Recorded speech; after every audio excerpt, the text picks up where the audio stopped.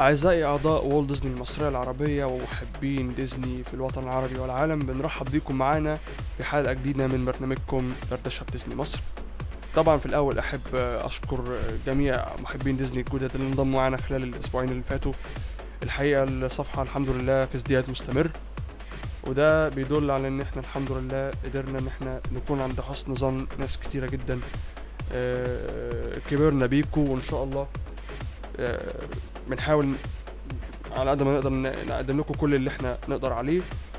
كفايه ثقتكم وكفايه انكم بتشاركونا يوميا. الحمد لله بتجيلنا بوستات لايكس على البوستات بطريقه يعني الحمد لله كبيره جدا. فانا حبيت باسمي واسم اعضاء كرو والت ديزني المصريه العربيه بنشكركم جدا، ونتمنى دايما يا رب ان احنا نكون عند حسن ظنكم ونكبر اكبر واكتر بيكم ان شاء الله. كما عودناكم في برنامج بنستضيف ابطال دبلجة النسخة العربية من افلام ديزني. بنستضيف مخرجين وممثلين كتاب او اي حد في المجال ده. النهاردة معانا ضيف كبيرا سنا ومقاما، وهو فنان مسرحي كبير جدا عندنا في مصر، مثل ادوار كتيرة جدا في التلفزيون خصوصا في المسلسلات التاريخية والدينية.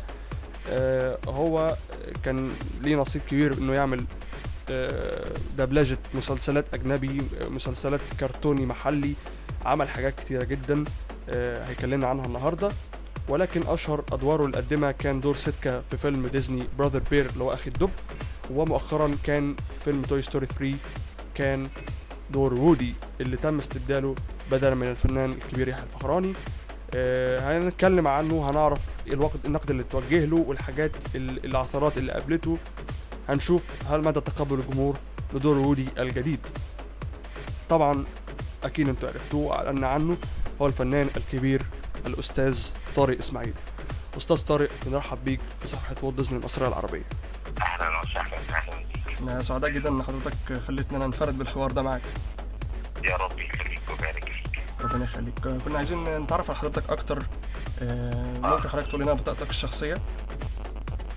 بطاقتي الشخصيه طارق اسماعيل، خريج بكالوريوس تجاره 78، مع تعليم فنون مسرحيه سنه 83، وعملت العديد من المسلسلات في التلفزيون، مسلسلات بشري يعني. وعملت العديد في المسرحيات في مسرح الطبيعة عشان أنا عضو في مسرح الطبيعة، وبعدين حاليا أنا عضو في مسرح الحديث. وبعدين عملت بقى شغل كتير في الدوبلاج، في مركز الدوبلاج اللي هو في التلفزيون، وعملت شغل كتير بقى بعد كده في القطاع الخاص في شو تايم أو شغل في ديزني. عملت شغل كتير جدا الحمد لله، عملت شغل كويس قوي يعني، حاجة العملات. الحمد لله. حضرتك برضه ليك بصمات في ادوار ديزني تحديدا يعني. الحمد لله. الحمد لله. كنا عايزين نعرف برضه حضرتك بدايتك في العمل الفني بدأت من امتى؟ كان في مسرح الطبيعة. تمام. زي مسرحية المغنية الصلاة، دي كانت اسمها وما زالت المغنية الصلاة، كانت إخراج سمير عصفوري. تمام. وبعد كده عملت مسرحيات كبيرة زي الحلاج، إخراج أحمد عبد العزيز النجم المشهور. ومثلا طالع الشجرة الأستاذ الكبير سعد الأردش، كان مع مدام أمينة رزق الله يرحمها، والأستاذ أحمد فؤاد فهيم. وحاجات كتير يعني في المسرح، عامل زيادة عن حاجة 40 مسرحية. تمام. ربنا إن شاء الله يكرم حضرتك في أعمال أكتر وأحسن إن شاء الله.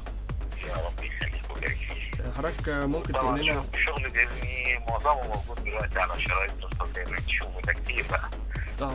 كنا لسه داخلين في حضرتك على الأسئلة دي يعني. كنا عايزين نعرف حضرتك بدايتك مع ديزني تحديدا كانت امتى؟ ايه اللي حصل؟ حضرتك دخلت موضوع الدوبلاج ازاي كده يعني؟ لا انا من زمان قوي عملت معاهم فيلم اللي هو براذر بير. ايوه، اخي الدب. الدب اخي. تمام. كان دور سيتكا بالتحديد. بالظبط. وعددت بقى ادوار كتير قوي دي، يعني صعب ان انا افتكر اسمائها. تمام. بس ابرزهم دلوقتي دور وودي اللي انا عملته، يعني لان طبعا كان بيعمل الاستاذ يحيى الفخراني. انا كنت حضرتك يعني ما شاء الله يعني متابع تماما، وكنت انا لسه اصلا هسأل حضرتك في الموضوع ده. كنت عايز اسال حضرتك في النقد اللي تواجه يعني في موضوع دورك في دور وودي يعني تحديدا في قصه.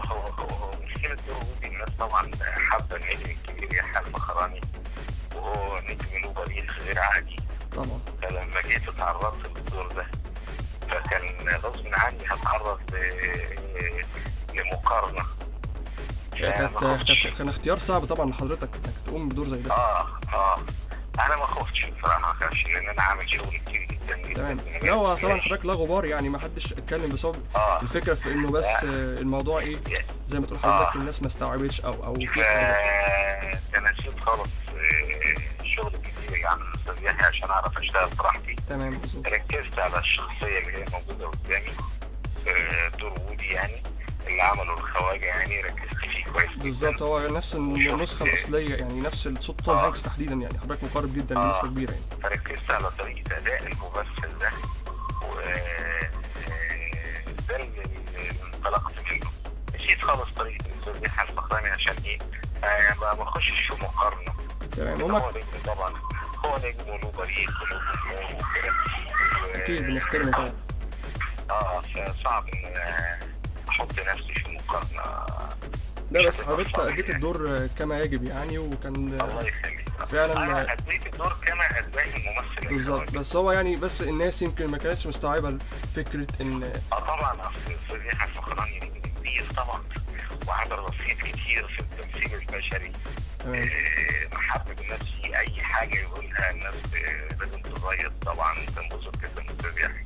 كده احنا بنواجه تحيه للاستاذ يحيى الفخراني طبعا، فنان قدير طبعا يعني طبعا هو فنان ناجح وفنان كبير وطريقه غير عادي.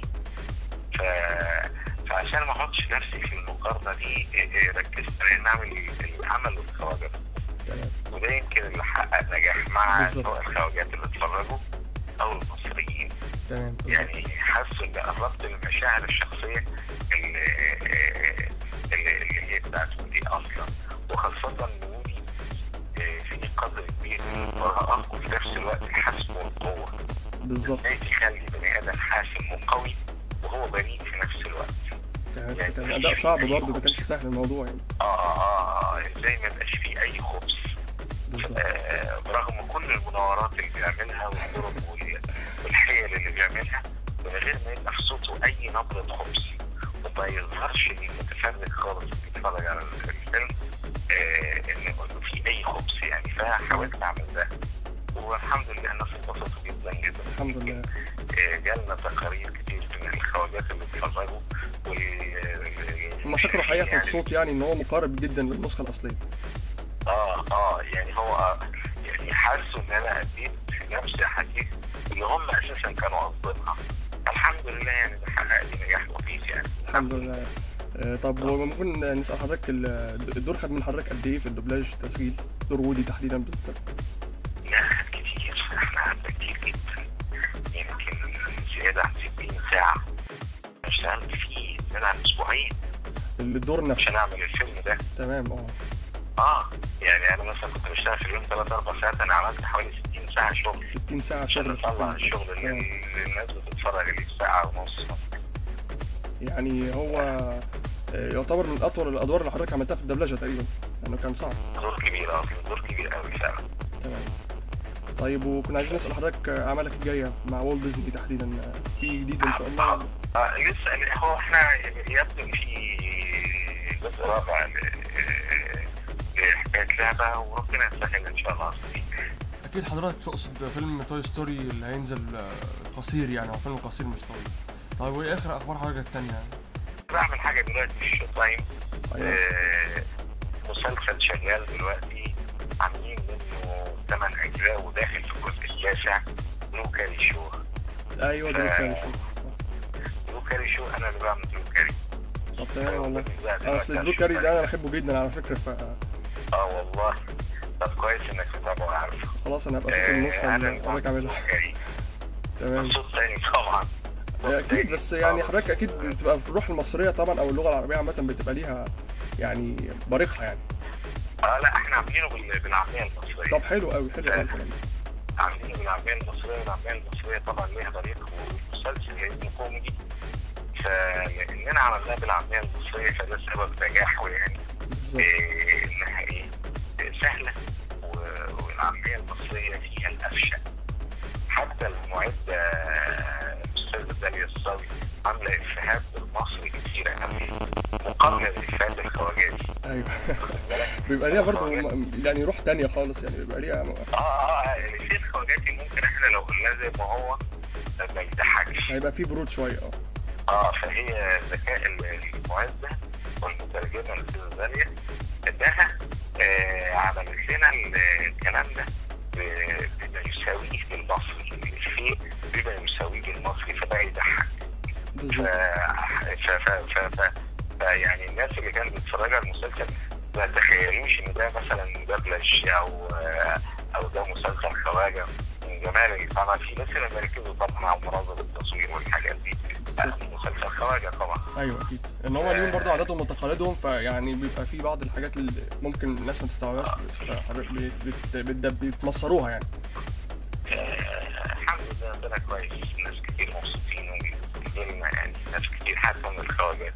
ده اللي بيساعدني ان بيبقى مش بس مصريين اللي بيقولوا التقاليد بتاعتهم، بيبقى مصريين بيقولوا التقاليد والخواجات كمان. تمام. انا يعني ان شاء الله ربنا يوفق حضرتك اكتر واكتر. ربنا يخليك. كنا عايزين ناخد راي حضرتك في صفحه والت ديزني المصريه العربيه، ايه حضرتك فيها وهي جدا منها. انا متابعها خالص على الفيسبوك وبشوفها كتير جدا ومبسوط منها خالص يعني. واحنا اسعد والله من حضرتك يعني كنت معانا النهارده واسفين اذا كنا عطلنا حضرتك واخدنا من وقت حضرتك. لا ازاي ده انتوا اسعدتوني وربنا يخليكم. ربنا يخليك يا ميرسي جدا على ذوقكم. احنا ميرسي ليك جدا، وان شاء الله نلتقي في لقاءات اطول ان شاء الله، ونبقى بالصوت والصوره بقى المره الجايه ان شاء الله. ان شاء الله ان شاء الله. ماشي يا استاذ. انا سعيد. اشكرك جدا. مع السلامه.